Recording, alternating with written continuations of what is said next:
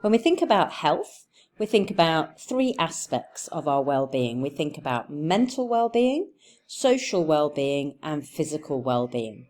And in order to be considered as being healthy, that each of those aspects need to be functional to meet your needs.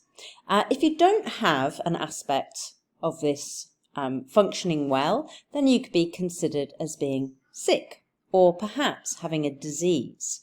And it kind of depends on the severity as to whether you would be considered very sick, or whether the disease, or maybe it would be a disorder, could be treated, or it might be something that you can still have health but live with a disease. So disease doesn't necessarily mean that you're sick, it might be something that you live with.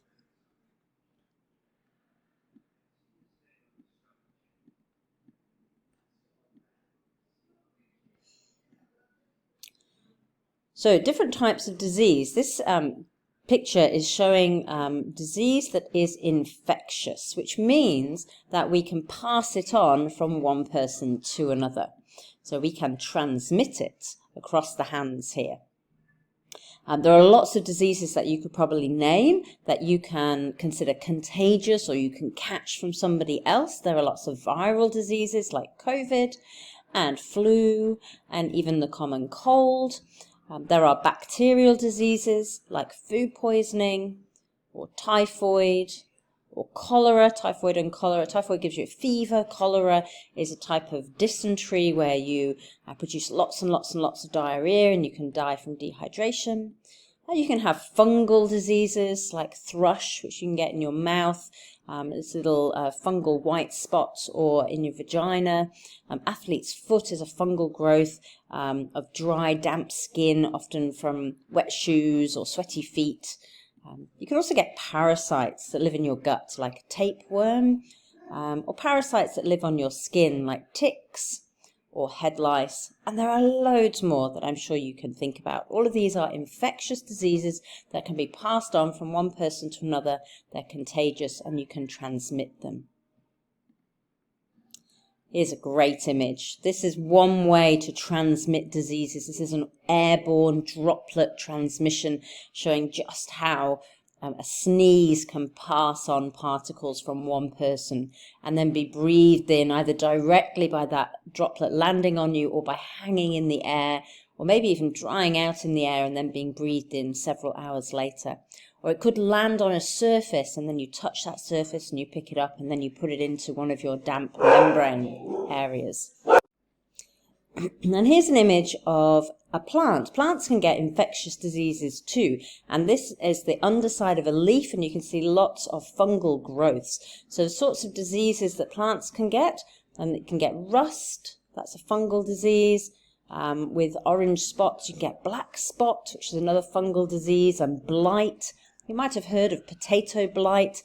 It was the disease that caused the famines in Ireland in particular, which prompted lots of Irish people in the 1800s to leave Ireland and go to America and to Australia.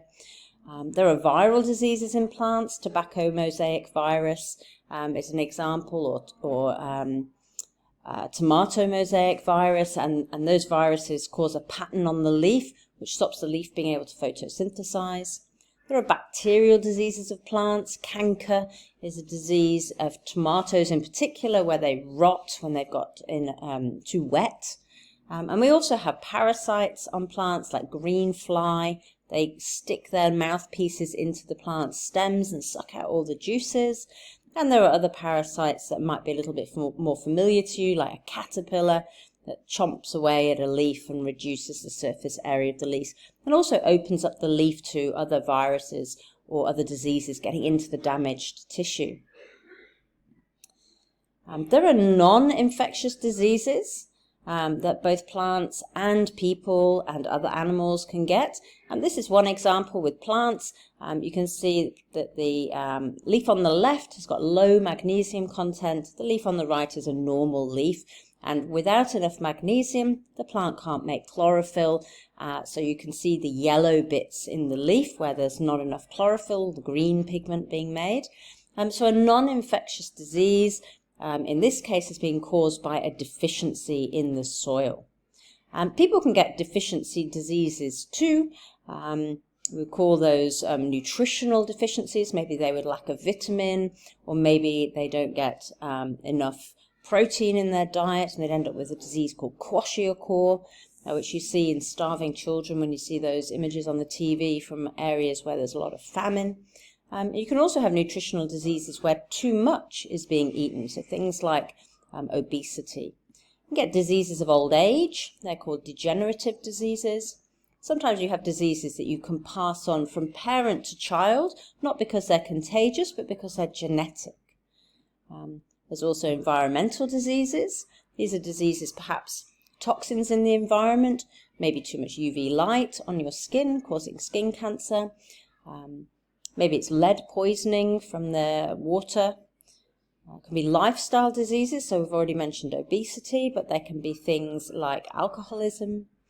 And we've already met some diseases of the nervous system, like multiple sclerosis, and diseases of the hormones and the endocrine system, things like diabetes. So lots and lots of examples of non-infectious diseases. And this infographic shows the death rates through the 20th century in the United States.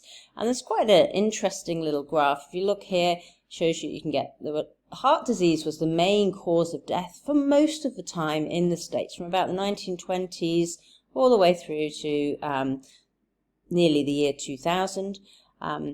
Cancers are on the rise in the States. And then other diseases here, things like stroke and other accidents. We've got most of those ones. Those are non-infectious diseases, but there was a very interesting spike here. This was an infectious disease spike caused by pneumonia and influenza back in the 1920s. So this was the Spanish flu epidemic of 1918. And I imagine if we were to look at this data going into the 2000s, instead of stopping just before the year 2000 to the last few years, we'd have a big spike of COVID deaths as well. So you can look at data like this and start to interpret it and make some conclusions. I presume that lifestyle factors improved, so people became aware of how to prevent heart disease, as well as medical interventions to actually look after people who did have a heart attack or who did have issues with their heart, to keep them alive for longer.